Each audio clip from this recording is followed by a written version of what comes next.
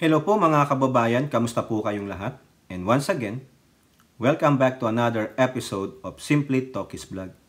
Pag-usapan natin mga kababayan yung sinabi po ng Malacanang tungkol dyan sa ICC.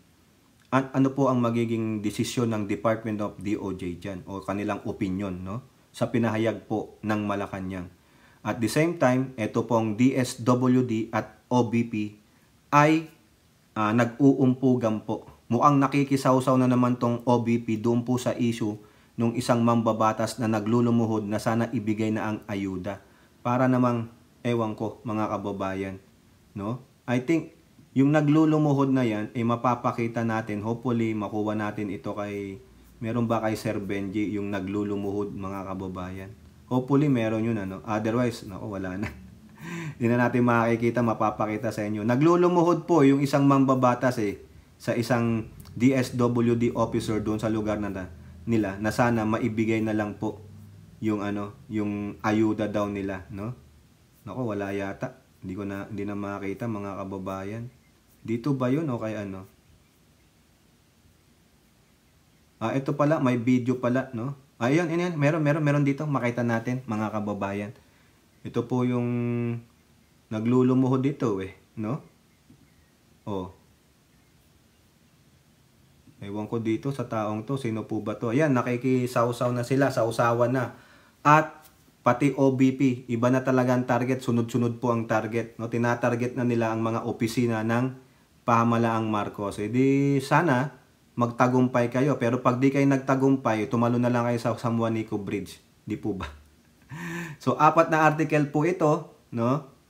Papaiksi na lang natin ang ating mga vlog para hindi naman po kayo mapagod o mabore at masayang ang inyong oras. Okay, we will do it quick, no? So, bago po tayong magpatuloy, tayo po ay magbibigay pugay at pasalamat sa lahat ng ating channel members, followers, subscribers, nagla-like at nagsishare ng ating mga videos, sa mga nagbi-video replay, nagsishare ng kanilang blessings, sa mga nakakasama natin sa ating video premiere at live streaming. Ganun din po, special shout out to all OFWs, men and women in uniform, sa ating pong mga frontliners and sa ating mga guro. Shout out po lahat sa inyo, hindi ko na kayo maisa-isa. At hopefully masuportahan nyo po yung mga kapwa nating vloggers na talagang topic based lang po, issue based sa ating gobyerno, no? Lalong-lalo na sa West Philippine Sea. Sana maraming mag-advocate ng West Philippine Sea. Okay, so eto po mga kababayan, unahin natin yung sa ICC.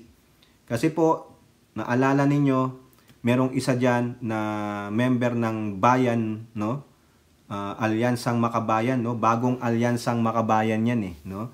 Yang bayan na si Nery Colmenares, hinihiling niya po kay Pangulong Marcos na sana maipadala yung mga statement ng mga resource persons o witnesses dun sa Quadcom tungkol sa extrajudicial killing, the war on drugs of your former President Duterte, no?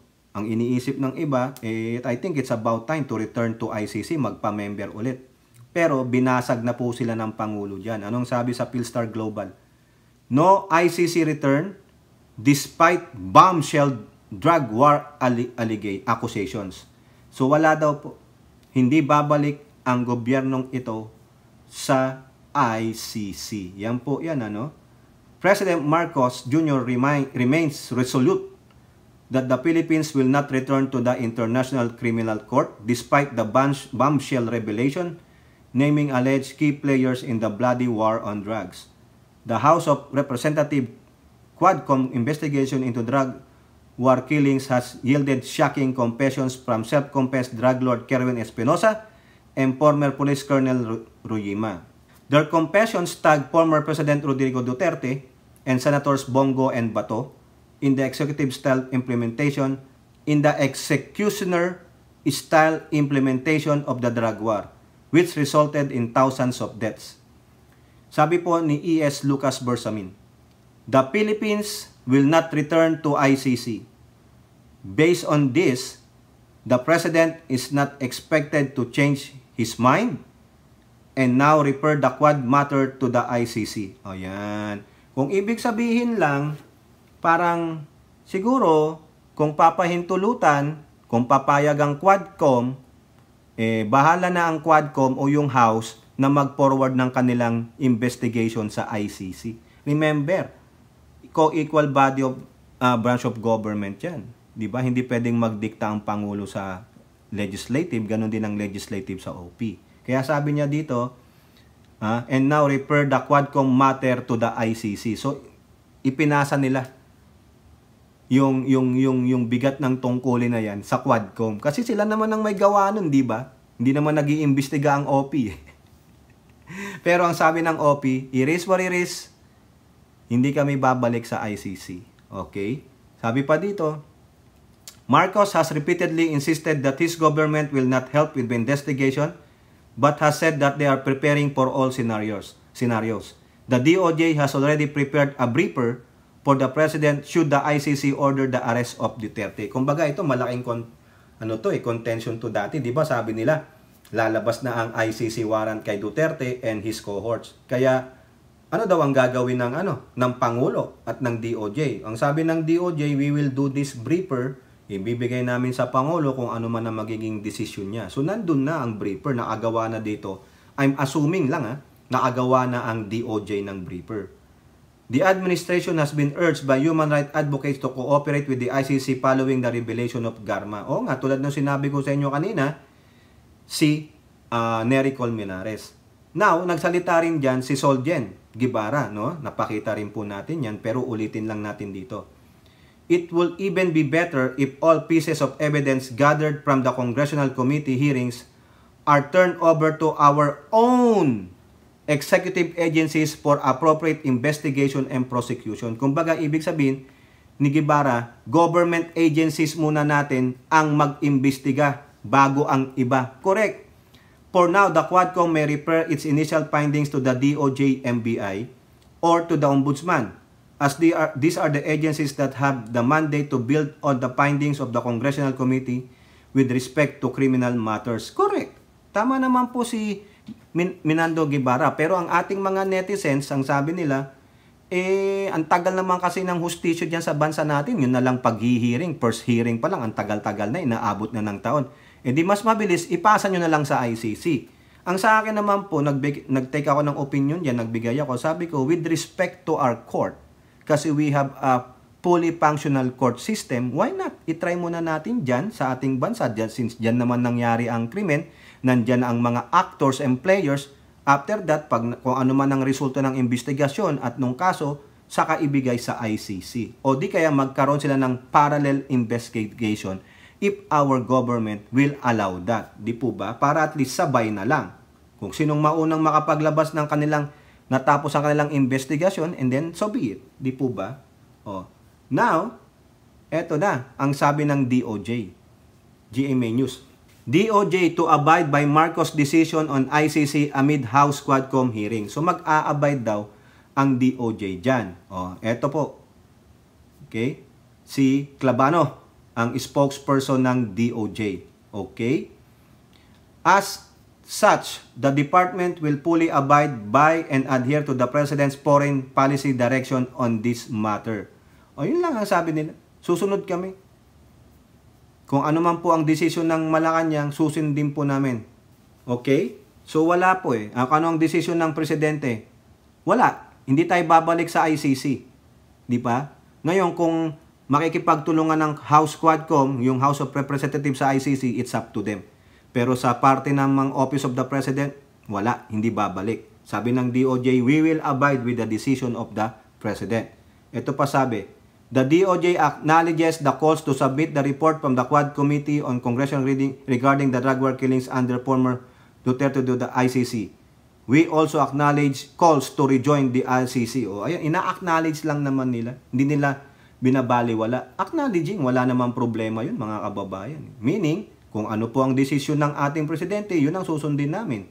Kung ang desisyon hindi tayo babalik sa ICC, hindi. Kung ang desisyon, wag niyong ibigay yung resulta ng inyong findings, hindi. Di gawin na lang sa local, sa atin. Yun naman talagang dapat nararapat. Local muna, tayo muna, Pilipino muna.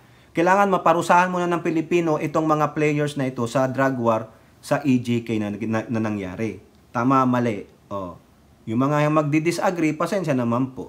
Kasi ako, gusto kong respetuhin ang ating court system, ang ating fully functional court, no? Ganun po talaga. Kung sadya talagang matagal, ganun ang kalakaran. Di po ba?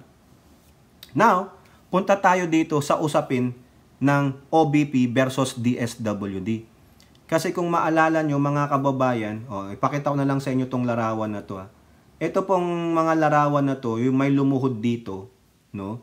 Na mambabatas po yan, diyan po yan, si Congressman Kaimer Olaso ng Zamboanga City 1st District. Naglulumuhod po siya doon. Ang sabi niya, pwede po bang i-distribute nyo na yung AKAP, yung sa DSWD. Pero ang sabi po dito, ipinaabiso naman sa kanila, inabisuhan sila na madidelay ang distribution ng AKAP. I don't know kung ano ang drama nitong congressman na ito. Baka hindi niya na-receive yung abiso kaya nangyari ito. Now, mga kababayan, sumausaw dyan ng OBP. Ang OBP din may reklamo sa DSWD kay Rex Gatchalian na hindi daw lahat ng nire-repair nila sa DSWD ay natutulungan, kundi nire-reject o binabaliwala. Pero sabi ng DSWD, hindi meron kami niyan. Di ba? Tumutulong kami, sabi nila. Ito po yung balik ni Rex Gatchalian. Sabi niya, DSWD accommodated all assistance requests from OBP. Okay? The DSWD accommodated all requests for assistance from the OBP and an exchange of text messages between the point person and two agencies. Ayan. Ang sabi dito, kasi si Tamilmil na naman dito ang pinopolitika daw po ng ahensya ang Government Assistance Program. O ngayon, kung gano'n naman pala, magpresenta kayo ng mga ebidensya na binabaliwala ng DSWD yung lahat ng referrals ninyo. Ito po. Gatchalian said their investigations showed that both the point persons of the DSWD and the OBP could not identify the instance which proved Duterte's allegation. Kaya dapat dito sa inyong pusit na Vice Presidente, mag-provide ka ng ebidensya. Hindi yung puro ngaw-ngaw. Di po ba? Kasi parehong person ninyo sa DSWD, sa OBP, hindi nyo ma-identify kung ano yung tinutukoy ni Pusit. Sabi pa dito, with me is Assistant Secretary Ulysses Aguilar. He's the one that handles the referrals from the OBP. Agad-agad kinausap niya yung handling officer sa kabila, si Director Norman. Kasi tinanong namin sa kanya ano ba yung issue para alam naman namin ano yung titingnan. Ayun ang sabi ni DSWD Secretary during the Senate Financial Committee's deliberation of the DSWD and its attached agencies proposed budget. Nakasalang po sila sa Senado na. Ito pa dagdag niya. In fact, ang sabi niya, wala rin ho siyang alam. Yung mismong tao, yung point man ni Pusit, wala rin alam kung ano ini-issue ni Pusit. So therefore, sinong namumulitika? Sino gumagawa-gawa lang ng issue para sabihin, ito, DSWD. Ang tanong, bakit ikaw meron kang budget, ba't di ikaw na lang gumawa ng tulong? Bakit kasi gagawin nyo pa yung mga ganyan Alam naman ng taong bayan na may DSWD. Pero yung opisina nyo, sausaw lang para sabihin nyo, ito, referral. Ba't di nyo lang tulungan directly with your own budget, di ba? Kakaasar Para lang may ma-issue. Di niya nga matukoy, sabi dito, In fact, ang sabi niya, wala rin ho siyang alam kasi lahat naman ng referral daw nila ay malugod namin tinatanggap. Yun naman pala. Anong reklamo ng Pusit? Mamaya malalaman nyo. Mismong ito Director Norman sa OBP. We can furnish you the screenshots but we have to ask permission of Director Norman if he will consent. Ayan. Gatchalian also mentioned a plaque. Meron daw plaque sila ng recognition na binigay ng OBP. Which has said acknowledged them as valued partner. Tapos ngayon hindi ina-accommodate yung mga nire-referral ninyo. Ano yon? Sinong namumulitika, mga kababayan?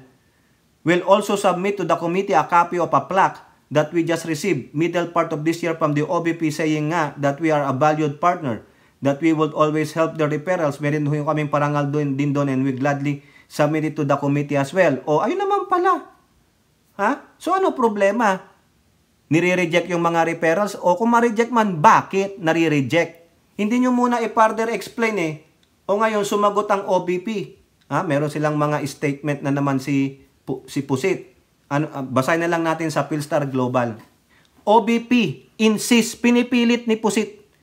DSWD turned down aid request, calls Gatchalian statement misleading daw. O talagang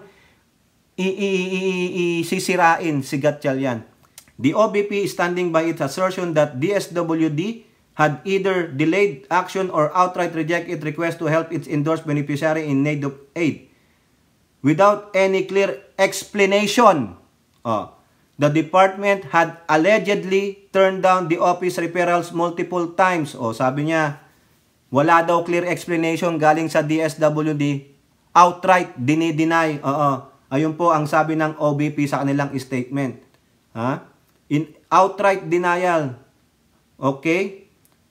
Nevertheless, Gatchalian's explanation for the OBP is inaccurate and misleading. With such a statement may paint a picture of seamless coordination between our two offices. The real time to ground it tells, iba daw po yung nangyayari sa ground. So, ibig sabihin, nagsisinungaling si Rex Gatchalian.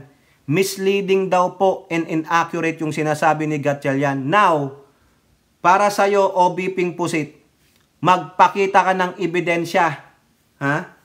Ito kasi yung sinasabi nilang mga referrals nila. Yun daw pong one instance, may mga individuals na yung kabuhayan nila ay naapektuhan ng African swine flu. Ayan, DSWD. May problema daw po pala sila sa African swine flu. Pina-referral sa inyo. Anong ginawa ninyo? They declined the request citing the inability to conduct mass payouts, although they have carried out several payouts in other regions with the involvement of other politicians.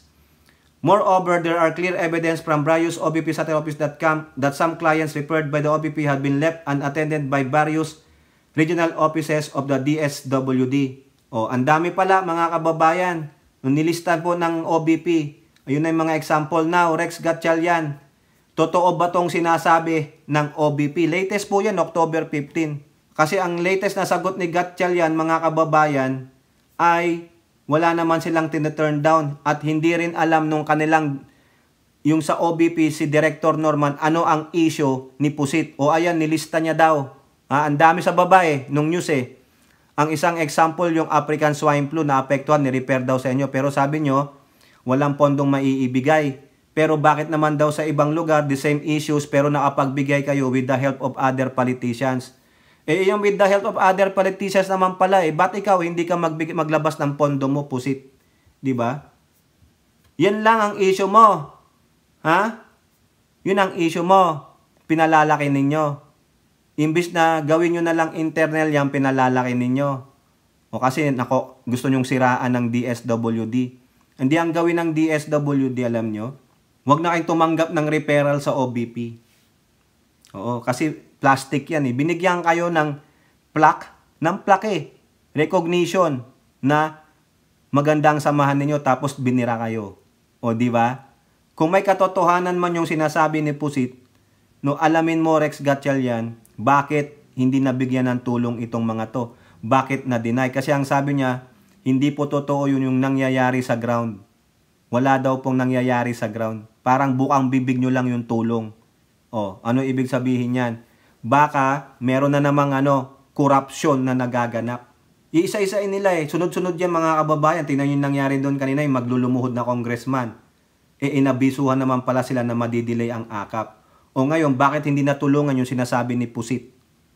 Inalam nyo ba bakit hindi natulungan?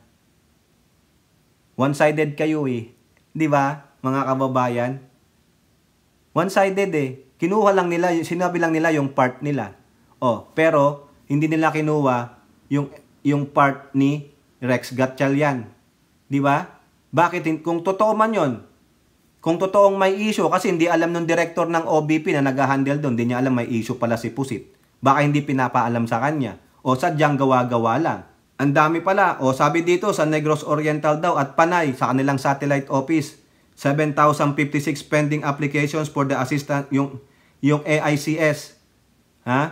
Saka Sustainable Life Program, hindi daw na ibibigay. None of this application has been processed. O ayan ang dapat sagutin ni Rex Gatchalian. Kung kaya mong itong sagutin yung sinasabi ni Pusit, sagutin mo. Ha?